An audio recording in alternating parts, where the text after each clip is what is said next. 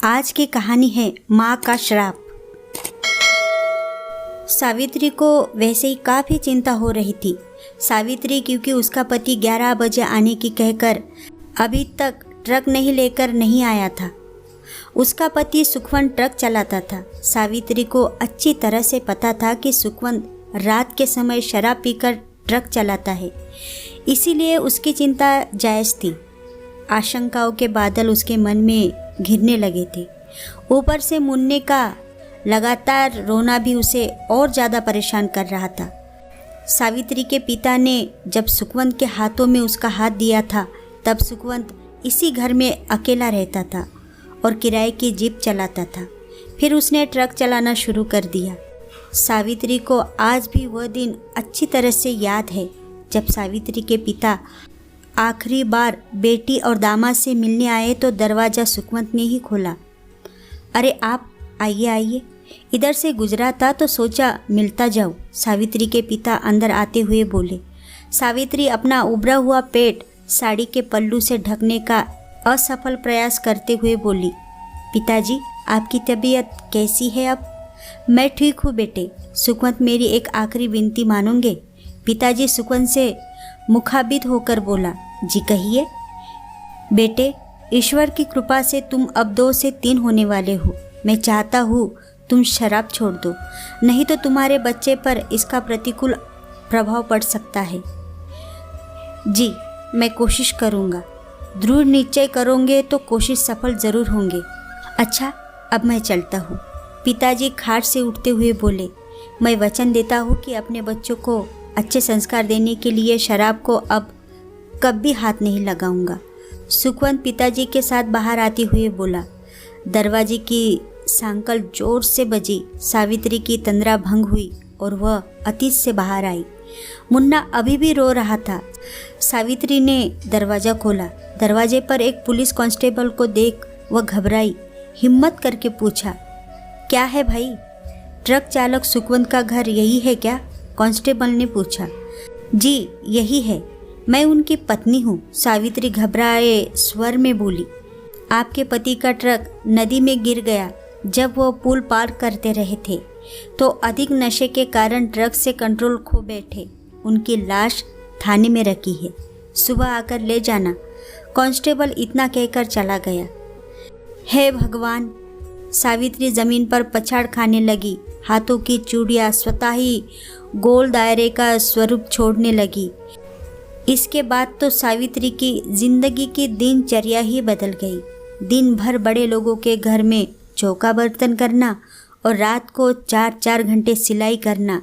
जब सावित्री दूसरों के घर चौका बर्तन करने जाती तब भी मुन्ना उसके साथ ही होता था। गुजरते समय के साथ मुन्ने की परवरिश भी अच्छे ढंग से होने लगी।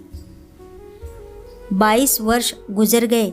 मुन्ना ना मुन्ना रहकर इंजीनियर मोहन बन गया और सावित्री सिलाई मशीन चलाते चलाते 60 वर्ष की बुढ़िया नजर आने लगी। आज बरसों बाद सावित्री के मन में उमंगे थी, क्योंकि उसका बेटा मोहन शहर से इंजीनियरिंग की डिग्री लेकर आ रहा था। सावित्री ने पूजा की थाली तैयार करके रख ली। बार बार उसकी निगाहें दरवाजे पर जा रही थी।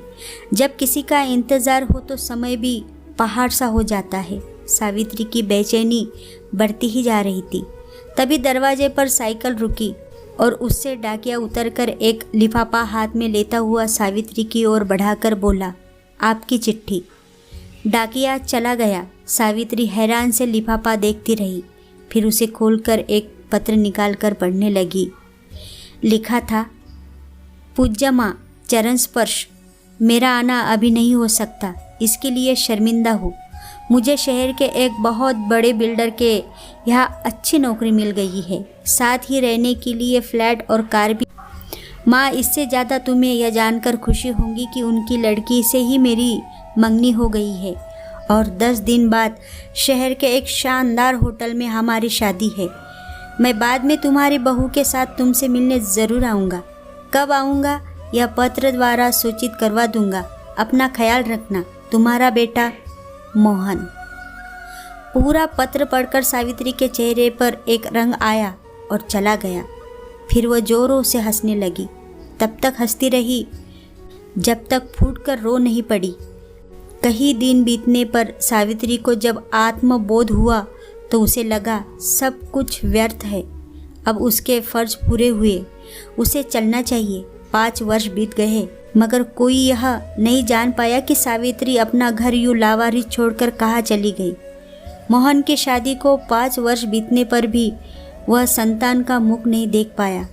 डॉक्टरों ने भी उसकी पत्नी मनोरमा को बांझ साबित कर दिया था। मगर एक दिन मनोरमा को पता चला कि काशी में गंगा किनारे एक आश्रम में एक साध्वी है जिनका आशीर्वाद ही चमत्कार है। उसने मोहन से उनके दर्शन की जिद की। मोहन को मजबूर होकर मनोरमा को काशी लेकर जाना पड़ा। काशी जाकर जब मोहन मनोरमा के साथ उस साध्वी के आश्रम में पहुंचा तो उन्हें पता चला कि साध्वी अपने विशेष पूजा ध्यान के कक्ष में है। तब तक मनोरमा ने इंतज़ार करना उचित समझा, लेकिन मोहन समय की बर्बादी बेकार समझ मनोरमा के साथ सीधा साध्वी के विशेष पूजा कक्ष में पहुंच गया। वहाँ साध्वी दरवाजे की ओर से पीठ फेरे ध्यान मग्न बैठी थी। मोहन वही कक्ष में एक तरफ पीछे कालीन पर बैठ गया। मनोरमा घुटनों के बल वही जमीन पर बैठकर अपना आंचल फैलाकर फरिये स्वर में बोली, माई, मेरी शादी को 5 वर्ष हो गए मगर संतान नसीब नहीं हुई। दुनिया बाँझ कहती है। मैं आपके पास बड़ी उम्मीद लेकर आई हूँ। अपने आशीष से मुझे ममता का वरदान दे दो माई। क्या करूँगी बेटी ममता का वरदान लेकर? यह संतान बड़ी निर्मोही होती है। साध्वी का डूबा स्वर उभरा। मोहन इस आवाज़ पर थोड़ी पहले तो चौंका मगर फिर सामान्य हो गया। ऐसा मत कहो माई, बड़े भरोसे के साथ आई हूँ आपके पास। मनोरमा गिड़गिड़ाई। पति के पापों का कुछ तो प्रायश्चित देना ही होगा पुत्री। तुम संतान का मुख नहीं देख सकोगी। साध्वी की वही डूबी आवाज़ उभरी। ऐसा श्राप मत दो माई, मेरे पति निष्पाप है। मनोरमा के इतना कहते ही साध्वी ने अपना चेहरा घुमाया और ठीक मनोरमा के सामने मुख करके बैठ गई। उसके चेहरे पर नज़र पड़ते ही मोहन मुंह से सकायक निकला, माँ तुम?